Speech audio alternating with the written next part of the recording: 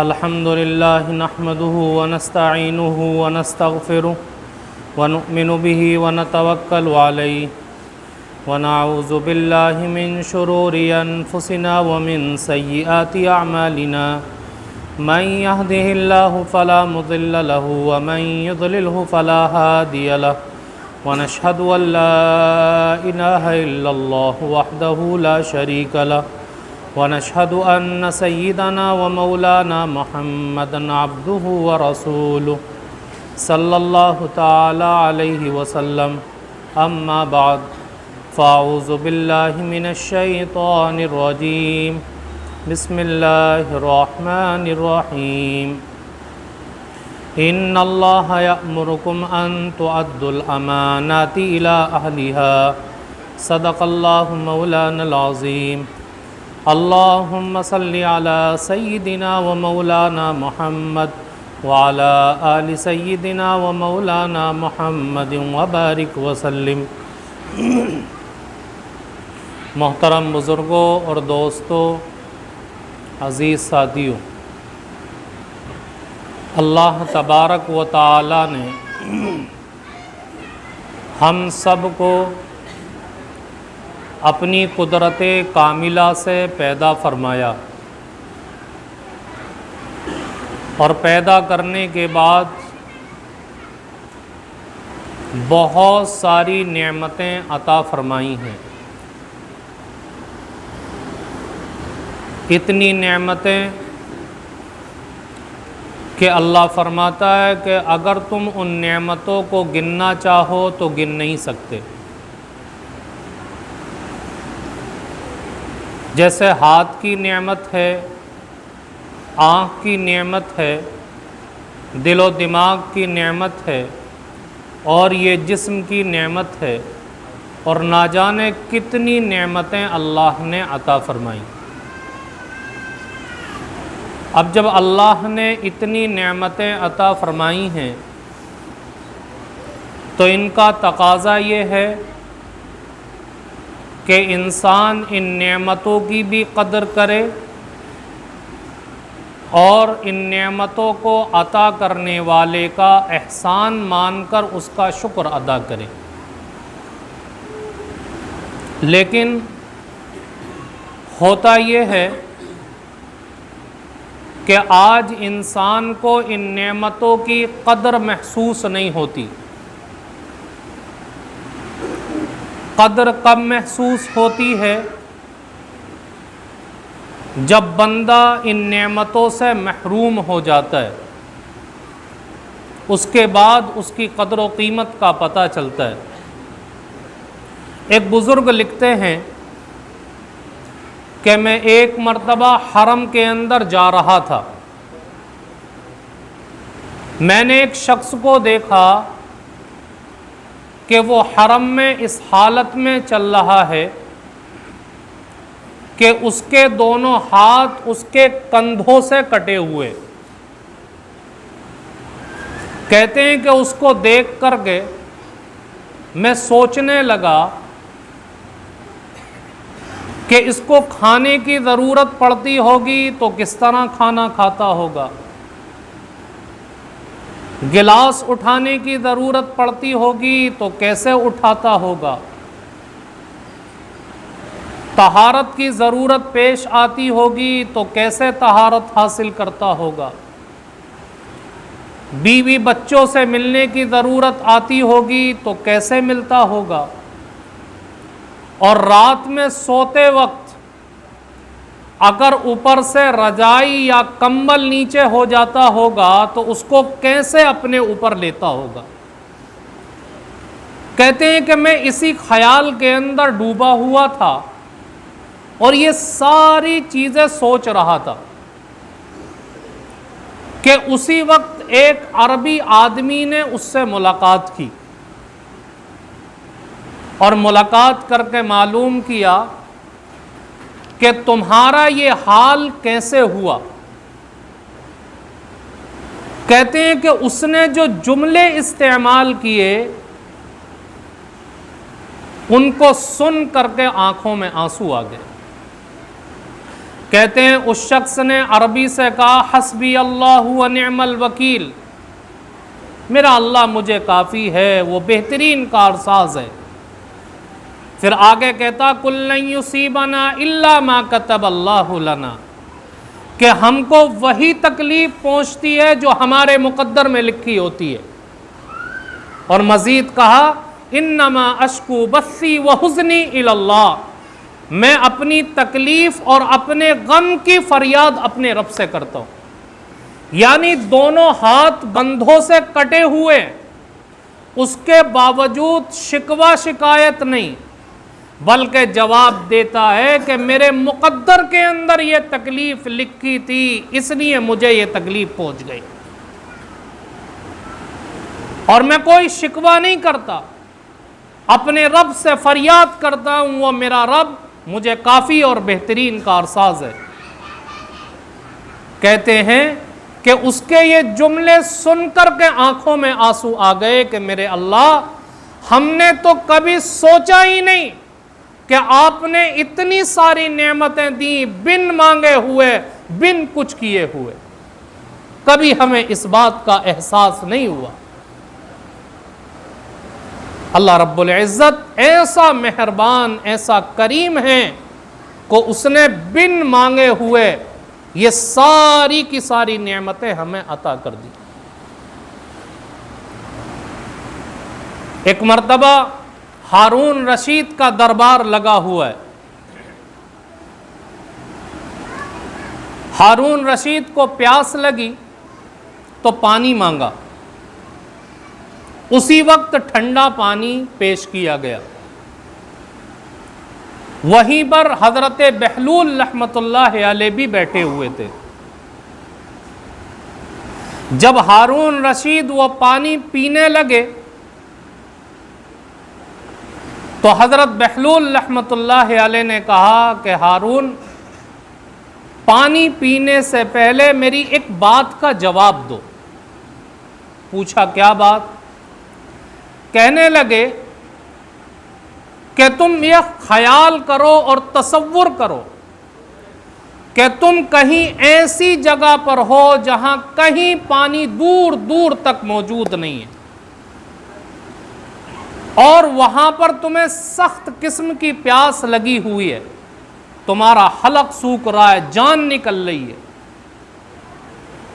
اب ایسے وقت میں ایک شخص کے پاس پانی کا ایک بھرا ہوا پیالہ ہے، تو تم کتنی قیمت دے کر کے اس پانی کے پیالے کو خرید کر کے پیو گے؟ ہارون رشید کہتے ہیں کہ اپنی آدھی سلطنت دے کر کے پانی کا وہ پیالہ خرید لوں گا اور پی لوں گا۔ حضرت بہلول رحمت اللہ علیہ نے کہا کہ ٹھیک ہے، آپ نے آدھی قیمت دے کر کے پانی کا پیالہ خرید کر پی لیا۔ اب وہ پانی آپ کے جسم کے اندر گیا، جسم میں جانے کے بعد پیشاب بنا اور پیشاب آپ کا رک گیا۔ اور یاد رکھیں کہ اگر کسی انسان کا پیشاب رک جاتا ہے تو اتنی تکلیف ہوتی ہے کہ انسان مچھلی کی طرح تڑپتا ہے۔ حضرت بہلول رحمت اللہ علیہ نے کہا کہ تمہارا پیشاب رک گیا اور تم مچھلی کی طرح تکلیف سے تڑپ رہے۔ اس وقت ایک حکیم اور طبیب ہے، اس کے پاس ایک دوا ہے جس کے کھانے کے بعد پیشاب باہر نکل جائے گا، تو بتاؤ تم اس دوا کو کتنی قیمت دے کر کے خریدو گے؟ ہارون رشید نے کہا کہ آدھی سلطنت دے کر کے دوا خرید لوں گا۔ تو حضرت بہلول رحمت اللہ علیہ نے کہا کہ اس کا مطلب یہ ہوا کہ تمہاری پوری سلطنت ایک پیالہ پانی خرید کر پینے اور اس کو جسم سے نکالنے میں چلی گئی۔ پوری سلطنت ایک پیالہ پانی خرید کر پی کے اس کو جسم سے نکالنے میں چلی گئی۔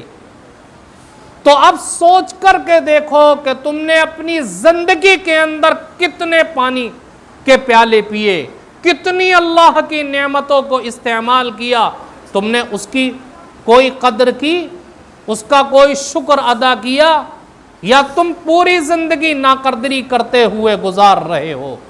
میرے بزرگوں، ہم خود اپنے بارے میں سوچیں کہ اللہ نے جسم کی نعمت دی، یہ 6 فٹ کا جسم دیا، اور اللہ نے کہا کہ اس کو میری مرضی کے مطابق چلانا ہے، لیکن آدمی اس نعمت کی صحیح قدر نہیں کرتا۔ آدمی کوئی بھی چیز کسی کو دیتا ہے کرائے پر یا ویسے ہی دیتا ہے، تو یہ دینے والا سوچتا ہے کہ یہ اس چیز کو میری مرضی کے مطابق استعمال کرے۔ ہم نے کوئی گھر کرائے پر لیا، مکان کرائے پر لیا، اب ہم اس گھر کی صاف صفائی نہیں کرتے، اس کے لون کے اندر جو پھول پودے لگے ہوئے ہیں ان کی کٹنگ نہیں کرتے، اس گھر کا خیال نہیں رکھتے، تو 1 سال گزرنے کے بعد گھر کا مالک ہمارے سے گھر خالی کرا لے گا اور کہے گا کہ 1 سال میں تم نے میرا گھر کا کیا حال کر دیا، کیا حال کر دیا۔ تو جب کرائے پر دینے والا اپنے مکان کا اتنا لحاظ رکھتا ہے، اتنا خیال کرتا ہے، تو اللہ رب العزت نے جو یہ 6 فٹ کا جسم ہمیں عطا کیا ہے، یہ بھی تو کرائے کا ہے، ہم اس کے مالک نہیں ہیں۔ گاڑی کسی اور کی ہے، اسٹیئرنگ کسی اور کے ہاتھ میں تھما دیا گیا۔ اب ڈرائیور اگر گاڑی کو صحیح استعمال نہیں کرتا تو اس کو اس سے اتار دیا جاتا ہے، اور اس سے سوال ہوتا ہے کہ تم نے گاڑی کو صحیح استعمال کیوں نہیں کیا۔ اللہ نے یہ جسم ہمیں دیا ہے، اس کے استعمال کرنے کا موقع ہمیں عطا فرمایا، اور اللہ چاہتا ہے کہ یہ اپنا جسم تم میری مرضی کے مطابق استعمال کرو، اس نعمت کی قدر کرو۔ اگر ہم نے اس کی قدر نہیں کی، اللہ کی نعمت کو صحیح استعمال نہیں کیا، تو یاد رکھیں آقائے مدنی جناب محمد الرسول اللہ صلی اللہ علیہ وسلم نے ہمیں یہ تعلیم دی ہے کہ کل قیامت کے دن اللہ کے سامنے اس نعمت کا سوال ہوگا۔ اللہ نے قرآن میں کہا لَتُسْأَلُنَّ يَوْمَئِذٍ عَنِ النَّعِيمِ، ہر چھوٹی سے چھوٹی نعمت کا سوال ہوگا۔ یہ جسم تو بہت بڑی نعمت ہے۔ میرے بزرگوں، اگر ہم اللہ والوں کے واقعات پڑھتے ہیں، ان کے تذکرے سنتے ہیں، تو ہمیں اس بات کا احساس ہوتا ہے کہ اللہ والوں نے اللہ کی اس دی ہوئی نعمت کی کتنی قدر کی اور کس طریقے سے اپنے جسم کو استعمال کیا۔ ایک بزرگ کے بارے میں لکھا ہے کہ ایک مرتبہ دریا کے کنارے جا رہے ہیں، سخت قسم کی بھوک لگی ہوئی ہے، اب غریب آدمی ہیں، کھانے کی کوئی چیز پاس نہیں، روپیہ پیسہ بھی نہیں کہ کچھ خرید کر کے کھا سکے، بھوک کی حالت میں دریا کے کنارے جا رہے۔ تھوڑی دیر گزری، دیکھا کہ دریا کے اندر ایک سیب بہتا ہوا آ رہا ہے، انہوں نے اس سیب کو اٹھا کر کے کھا لیا، کیونکہ جب بھوک تیز کی لگتی ہے تو عقل بھی کام نہیں کرتی، تو انہوں نے بغیر سوچے سمجھے اس سیب کو اٹھایا اور کھا لیا۔ کھانے کے بعد احساس ہوا کہ میں نے تو یہ سیب اس کی مالک کی اجازت کے بغیر کھا لیا، یہ صحیح نہیں ہے، چنانچہ مجھے اس سیب کے مالک کو تلاش کر کے اس سے یا تو معافی مانگنی چاہیے یا اس سیب کی قیمت مزدوری کر کے ادا کرنی چاہیے۔ چنانچہ یہ سوچ کر کے جدھر سے دریا کا پانی بہ رہا تھا اس طرف چلنے لگے۔ کافی دور چلنے کے بعد ایک باغ دکھائی دیا، جس باغ کے درختوں کی کچھ ٹہنیاں نہر کے اندر جھکی ہوئی تھی، اور اس میں سیب کے درخت بھی تھے۔ سوچنے لگے شاید یہ سیب اسی باغ سے ٹوٹ کر بہتا ہوا آیا جو میں نے کھا لیا۔ چنانچہ اس باغ کے اندر داخل ہو گئے۔ باغ میں داخل ہونے کے بعد باغ کے مالک سے ملے اور کہا کہ میرے بھائی، میں نے آپ کے باغ کا ایک سیب آپ کی اجازت کے بغیر کھا لیا۔ اب دو صورتیں، یا تو آپ معاف کر دیجئے یا اس کی قیمت بتا دیجئے، میں مزدوری کر کے پیسے کما کے اس سیب کی قیمت ادا کر دوں گا۔ باغ کے مالک نے کہا کہ غلطی تو آپ نے کی ہے، یہ غلطی آپ کی معاف نہیں کی جائے گی، آپ کو اس کی قیمت دینی پڑے گی۔ پوچھا کیا قیمت؟ قیمت یہ ہے کہ میری ایک بیٹی ہے جو آنکھوں سے اندھی ہے، کانوں سے بہری ہے، زبان سے گونگی ہے، پیروں سے لنگڑی ہے، اپاہج ہے، میری اس بیٹی سے آپ کو نکاح کرنا پڑے گا۔ انہوں نے سوچا کہ شرط تو بڑی کڑی ہے، لیکن خیال آیا کہ اس مجاہدے کو برداشت کرنا آسان ہے، مگر کل قیامت کے دن اللہ کے سامنے مجرم بن کر کے کھڑا ہونا بہت مشکل ہے۔ تیار ہو گئے، کہا جی میں یہ قیمت ادا کرنے کے لیے تیار ہوں، آپ میرا نکاح اپنی لڑکی سے کرا دیجیے۔ نکاح ہو گیا۔ اب یہ پہلی ہی رات میں جب اپنی بیوی سے ملنے کے لیے گئے تو دیکھا کہ نہایت حسین و جمیل خوبصورت لڑکی، جس کی آنکھیں بھی ہیں، کان بھی ہیں، وہ بولتی بھی ہے، اس کے پیر بھی صحیح سالم ہیں۔ یہ حیران رہ گئے اور کہنے لگے کہ آپ کی کوئی اور بہن بھی ہے یا آپ اپنے باپ کی اکیلی بیٹی ہو؟ اس لڑکی نے کہا کہ میں اپنے باپ کی اکلوتی بیٹی ہوں۔ بہرحال رات گزر گئی۔ جب صبح کو اپنے سسر کے پاس آئے تو سسر نے معلوم کیا کہ آپ نے مہمان کو کیسا پایا؟ تو ان اللہ والوں نے کہا کہ جی آپ نے جو جو عیوب گنائے تھے، جو کنڈیشن بیان کی تھی، اس کے اندر تو وہ کوئی عیب نہیں ہے۔ وہ تو دیکھ بھی سکتی ہے، بول بھی سکتی ہے، سن بھی سکتی ہے، چل بھی سکتی ہے، سمجھدار ہے، عقل مند ہے، آپ کا بتایا ہوا کوئی بھی عیب اس کے اندر نہیں ہے۔ تو باغ کے مالک نے کہا کہ ہاں آپ کی بات صحیح ہے، میری بیٹی ظاہری حسن و جمال بھی رکھتی ہے اور باطنی اعتبار سے بھی خوبصورت ہے، وہ حدیث کی عالمہ ہیں، قرآن کریم کی حافظہ ہے اور بڑی سمجھدار ہے۔ جب میری بیٹی اتنی حسین و جمیل ہے، اتنی نیک ہے، تو میں ہمیشہ یہ سوچتا تھا کہ میں اپنی بچی کا نکاح کسی ایسے انسان سے کروں گا جس کے دل کے اندر اللہ کا ڈر اور خوف ہوگا۔ کیونکہ سورہ نساء قرآن کریم کے اندر جو ہے، اس سورت کے اندر جگہ جگہ اللہ رب العزت نے اتقوا اللہ کا لفظ استعمال کیا کہ جس کے دل کے اندر اللہ کا ڈر ہوگا وہی اپنی بیوی کے حقوق کو صحیح ادا کر سکتا ہے۔ تو اس باغ کے مالک نے کہا کہ جب ایک سیب کے کھانے پر تم مجھ سے معافی مانگنے آ گئے تو میرے دل کے اندر یہ خیال آیا کہ واقعی تمہارے دل میں اللہ کا ڈر اور خوف ہے، اس لیے میں نے تمہیں اپنی بچی کے لیے چن لیا۔ اب یہ دونوں میاں بیوی زندگی گزارنے لگے۔ اللہ رب العزت نے ان کو ایک بیٹا عطا کیا جس کا نام انہوں نے نعمان رکھا، جو بعد میں امام اعظم ابو حنیفہ رحمۃ اللہ علیہ بنے۔ جب ماں فاطمہ ہوتی ہے، شوہر علی مرتضی ہوتا ہے، تو اللہ اولاد حسن حسین جیسی عطا کرتا ہے۔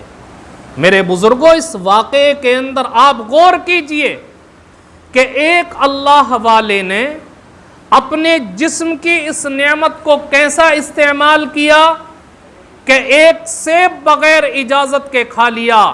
اس کا اتنا احساس ہوا کہ اس سیب کے مالک سے معافی مانگنے کے لیے پہنچ گئے اور اس کی کڑی شرطوں کو بھی قبول کر کے اس کی بچی سے نکاح کے لیے تیار ہو گئے، اور یہ سوچنے لگے کہ یہ دنیا کا مجاہدہ آسان ہے، لیکن اللہ کے سامنے مجرم بن کر کے کھڑے ہونا یہ مشکل کام ہے۔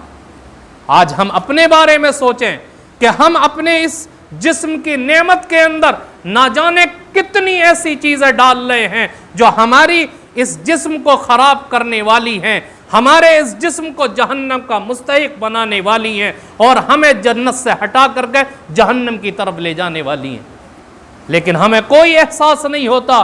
زندگی گزر رہی ہے، کبھی احساس نہیں ہوا کہ ہم اللہ کی اس نعمت کی کیا قدر کر رہے ہیں۔ میرے بزرگوں، یاد رکھیں کہ اگر ہم نے اس کی قدر نہیں کی تو اللہ رب العزت اس کی ناقدری کرنے کی وجہ سے ہمیں جہنم کے حوالے کر دے گا۔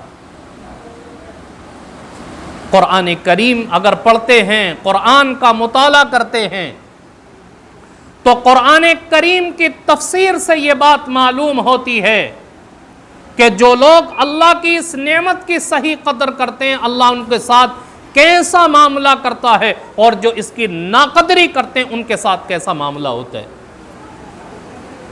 کل قیامت کے دن انسان اللہ کے سامنے پیش ہوگا، اللہ کے سامنے کھڑا ہوگا، اللہ بندے سے معلوم کرے گا میں نے تجھے نعمتیں دی، میں نے تجھے جسم کی نعمت دی، تو نے اس کو کیسے استعمال کیا؟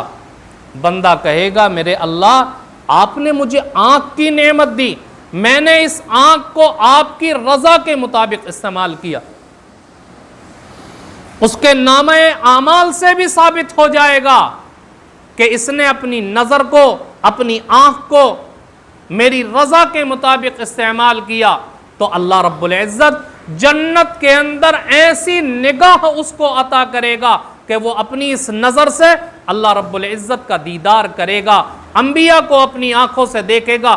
اور اگر اس نظر کی نعمت کو غلط استعمال کیا، اللہ قرآن کریم کے اندر کہتا من کان فی ہذہ اعمی فہو فی الآخرۃ اعمی واضل سبیلا۔ کل قیامت کے دن اللہ کچھ لوگوں کو اندھا بنا کر کے کھڑا کر دے گا، اب وہ سوال کرے گا اللہ سے اور کہے گا میرے مالک میں تو دنیا کے اندر آنکھوں والا تھا، میں دیکھ سکتا تھا، آج مجھے اندھا بنا کر کے کیوں کھڑا کر دیا گیا؟ رب کریم کہے گا میرے بندے تو صحیح کہتا ہے، تو دنیا کے اندر آنکھ والا تھا، لیکن دنیا کے اندر اللہ کی آیتوں سے، اللہ کے احکامات سے اندھا بن کر کے زندگی گزارتا تھا۔ تو نے دنیا کے اندر اللہ کے احکامات کو نہیں دیکھا، اللہ کی آیات کی طرف نہیں دیکھا، اللہ کیا چاہتا ہے تو نے اس طرف نظر نہیں دوڑائی، اس لیے آج تیری آنکھوں کو چھین لیا گیا، اندھا بنا کر کے کھڑا کر دیا گیا۔